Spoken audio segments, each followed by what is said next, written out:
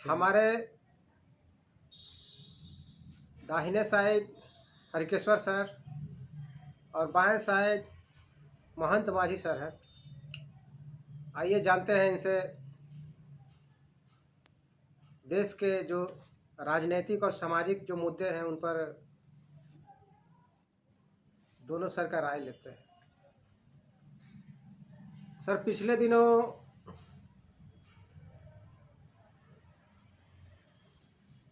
5 प्रदेश में चुनाव हुआ,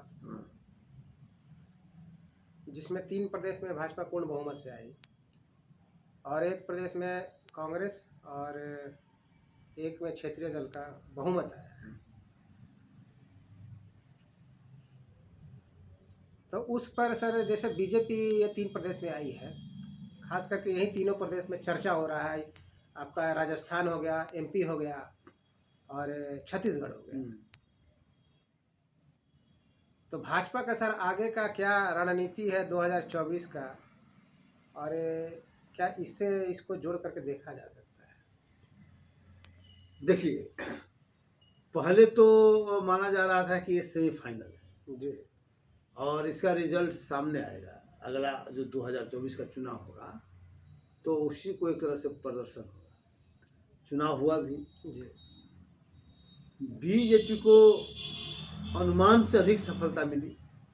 कोई सोचता भी नहीं था, जी, वो सोचता था कि तीनों प्रदेश में नहीं तो कम से कम 2 प्रदेश में जहाँ बीजेपी आई है तो वहाँ कांग्रेस निश्चित रूप से सत्ता में आएगी।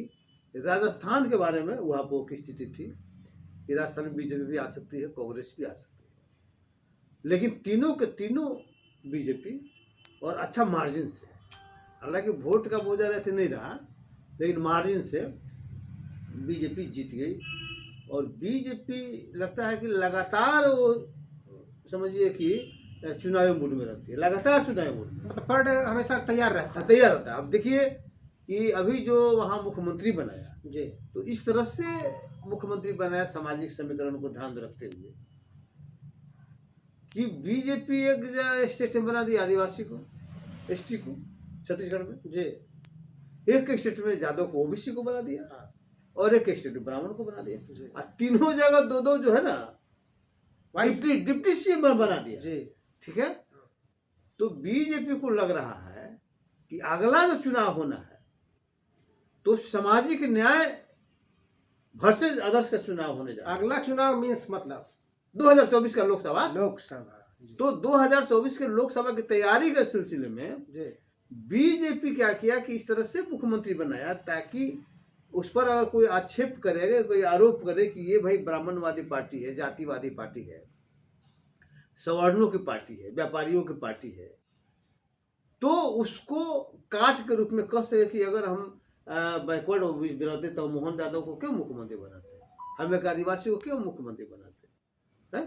तो ये मान लिया कि वो अपना अगला तैयारी के सिलसिले में ही सब सारा मान लिया तैयारी उसका है। जी, जो प्रोमिनेंट लीडर थे, जो स्थापित लीडर थे, उनको हटाकर दूसरे को वहाँ बना दिया, नए नए लोगों को, सब यूथ, सब कम उम्र के लोग हैं। रमन सिंह को हटा दिया, उनको बनाया गया है विधानसभा का अध्यक्ष बनाया। ठीक है। विधानसभा का अध्यक्ष है, मुख्यमंत्री बहुत अंतर होता है। जी, जी, बिल्कुल बिल्कुल। मुख्यमंत्री तो कार्यकारिणी का हेड होता है ना, बिल्कुल सर, सब काम उसी से होता है, लेकिन वहाँ पे एक आदिवासी को दे दिया। जी, तो ये मान लीजिए कि है, लेकिन अभी और इंडिया गठबंधन में ऊहापोह की स्थिति बदली।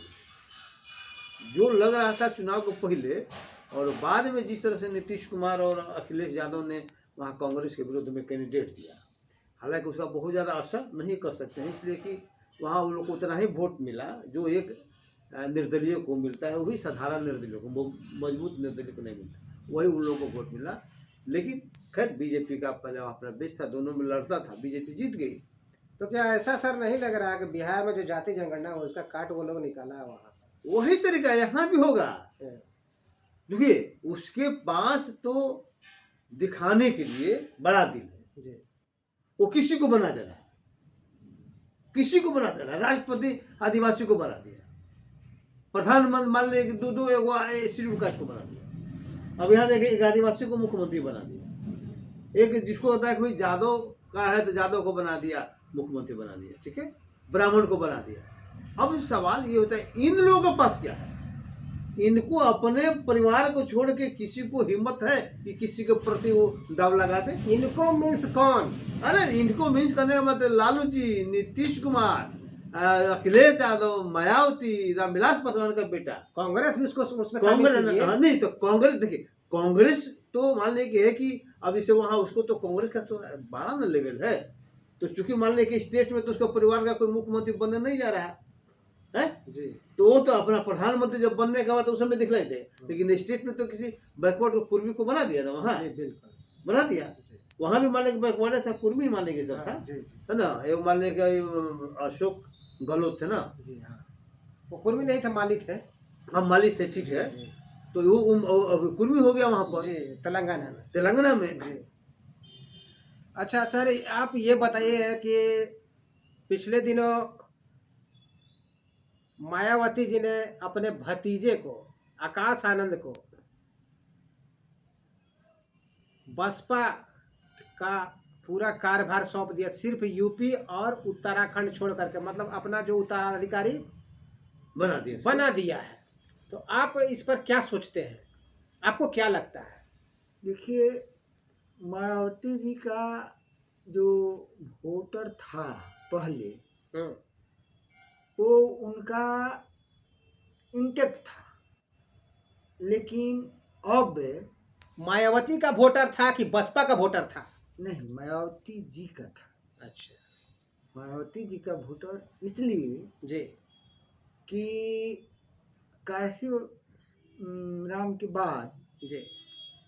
ये मायावती ही लीड की बसपा को। जी। मतलब काशीराम जी ने मान लिया कि मायावती को अपना उत्तराधिकारी घोषित किया। हाँ हाँ, ठीक है, एकदम ठीक। और वोटर भी उनका था, लेकिन उनके ऊपर और अखिलेश के ऊपर मोदी जी का तलवार लटका हुआ है, और इसलिए बड़ी चालाकी से मायावती ने अपने को बचा पाई है, अपने परिवार को बचा पाई है, अपने पार्टी को बचा पाई है, अपने वोटर को बचा पाई है। इस तरह से उसने रखा। अब वो चाहती है कि हमारी पार्टी चले, और वो उत्तर प्रदेश का कमान नहीं दिया है, यूपी और उत्तराखंड का नहीं दिया है, दो राज्य का। दो राज्य का उसने नहीं दिया है, और सबका दिया है, टोटल भारत का, उसके बाद छोड़ हाँ, ताकि वो देखे, घूमे और बनाए हमारा एथी को। तो इसलिए हो सकता है कि पार्टी का विस्तार हो। तो पार्टी का विस्तार हो तो सर यहाँ ये सवाल उठता है कि जैसे कांशीराम जी ने मायावती को अपना उत्तराधिकारी बनाया और पार्टी बृहद पैमाने पर गए भी और फिर नीचे आ भी गई, हाँ, लेकिन यहाँ मान लीजिए मायावती जी पर आक्षेप भी तो लगेगा कि उन्होंने परिवारवाद का बढ़ावा देने का, जैसे मान लिया अदर पार्टियाँ, जैसे अखिलेश जी हैं, यूपी में सपा है, मुलायम जी अपने बेटे को बनाए, इधर लालू जी अपने बेटे को बनाए, रामविलास जी अपने बेटे को बनाए, हाँ, मांझी जी अपने बेटे को बनाए हैं, तो उन पर भी तब तो आरोप लगे, आक्षेप लगेगा। नहीं, इंडिया में कौन सी ऐसी पार्टी है जो परिवार से निकलकर बाहर का है? भाजपा को लोग कहता है ना, भाजपा तो अपने एजेंडे पर तो कायम है, उसमें तो ज़्यादा वो कुछ लगता, मान लीजिए प्रधानमंत्री जो है वो अपने परिवार को आगे बढ़ा रहे हैं, लोग तो ये भी आपसे सवाल कर सकता है। प्रधानमंत्री जो है ना, वो नाम के लिए अपने परिवार को नहीं बढ़ा रहे हैं, लेकिन आरएसएस परिवार को, हिंदुत्व के परिवार को और बजरंग दल को वो तो बढ़ाइए रहे हैं। तो उसका तो खुला एजेंडा है, ये तो खुला उसका एजेंडा है ना। उसी तरह से हमारा जो वो तो एजेंडा पर चल रहा है ना, हाँ, वो अपने आप तो व्यक्ति पर जा रहे हैं ना, व्यक्ति विशेष पर, हाँ, परिवार पर चल रहे हैं। हम दोनों में अंतर है। हम बताते हैं कि हम लोग बहुत वर्षों से, दशकों से, माने 1000 वर्ष से पहले से हम सत्ता से बाहर हैं। हमको सत्ता विहीन कर करके, पंगु बना करके, हमको विरोध करने की जो ताकत थी उसको भी मिटा दिया था। अभी अगर मायावती जी ने जब सत्ता में आई, वो स्टैचू नहीं सब बनाती, सभी को नहीं करती, तो दूसरा कोई बनाने वाला था अपना भी। सही, हम दबे कुचले लोगों में से हैं। हमको जब सत्ता मिलता है तो सत्ता का उपयोग करना चाहिए, और अपना परिवार को छोड़ करके दूसरा कोई विश्वसनीय नहीं। तो फिर क्यों, और जो है वो जो बसपा के सपोर्टर हैं, क्यों मायावती को, मान लीजिए बसपा में बहुत सारे हैं कि मान्यवर कांशीराम जी के समय से अभी भी बहुत सारे कार्यकर्ता हैं, तो उनको वो अपना उत्तराधिकारी घोषित कर सकते हैं। सवाल ये भी है जी कि मायावती को कहाँ कोई कहता है कि आपने, चूंकि आपने त्याग किया, मायावती ने शादी नहीं की। जी हाँ, वो तो कहा मैं सवाल अपना नहीं, तो उस पर ये परिवारवाद का नहीं लगता था, लेकिन घुमा फिर के फिर जो भतीजा को उन्होंने कर दिया, अब उनको ये दिमाग में लगता होगा कि इसके अलावा मेरा कोई विश्वसनीय नहीं है, विश्वसनीय चेहरा नहीं है, तभी तो हो गया। जिसे लालू जी ने उस समय अपनी पत्नी को मुख्यमंत्री बना दिया। हाँ। उनको लगा होगा कि हम संकट की घड़ी में हैं, हम जेल जाएंगे, अगर दूसरे को बना दिए तो राजनीति में तो हो जाता है कि हमको उखाड़ फेंकेगा वो। हाँ, तो ये कॉन्फिडेंस की कमी, ये तरह से कॉन्फिडेंस की कमी और अपने लोगों पर विश्वास की कमी को दर्शाता है। आपको अपने ऊपर विश्वास नहीं है, लेकिन इसलिए विश्वास नहीं है कि आपने कैडर तैयार नहीं किया। आपने जो ये जो सिद्धांत पर और जो अपना विचारधारा है, उससे भटक, अपने विचारधारा के हिसाब से अनुकूल वातावरण आपने तैयार नहीं किया, अपने उसका कैडर नहीं तैयार किया जिस पर आप विश्वास कर सके। अभी का जो वातावरण है, राजनीतिक वातावरण बहुत दयनीय है और चौराहे पर खड़ा है। और ये आपका कहना सही है, और आपकी इसी से मैं सहमत हूँ कि जो ये सेमीफाइनल था 5 राज्यों के चुनाव, तो उसमें एक राज्य कांग्रेस को मिला और 3 राज्य बीजेपी को मिला, एक क्षेत्रीय दल है, एक क्षेत्रीय दल है। तो ये में अगर 5 राज्य बीजेपी जीत जाती तो फिर 24 में उसका मुकाबला करने के लिए सिंगल कोई पार्टी नहीं रह जाएगी। अभी भी नहीं है। नहीं, ठीक है। अभी जो है कांग्रेस का वोट जो है वो बहुत कम नहीं है। नहीं, ठीक है, कम नहीं है, लेकिन आप देखिए भाजपा क्या कर रही है कि ये 3 स्टेट में वो जीती है, जातीय समीकरण को कर करके उसने अपना जो मुख्यमंत्री दिया है वहाँ पे। तो मान लीजिए ये तो आपका जो सामाजिक न्याय की पार्टियां जो है, खास करके लालू यादव देखिए और सब देखिए, वो अपने परिवार से भी बाहर निकल करके वो काम नहीं कर रहे हैं। एक बात तो इन लोगों पर विश्वास क्यों किया जाए? मायावती पर विश्वास क्यों किया जाए? चिराग पासवान पर विश्वास क्यों किया जाए? अखिलेश यादव पर विश्वास क्यों करे उनका समाज? अब इससे वोट से कोई उनका जीत में कहीं लगाव नहीं है। ये तीनों मुख्यमंत्री के जो कैंडिडेट बनाए गए हैं, ये जीत के लिए कहीं इनका चेहरा नहीं था। जीत का कारण क्या है? कांग्रेस साहब कहे हैं एनडीए के में जो था उसका कारण है नीतीश बाबू, अखिलेश और केजरीवाल, ये वहाँ खड़ा कराए। क्यों?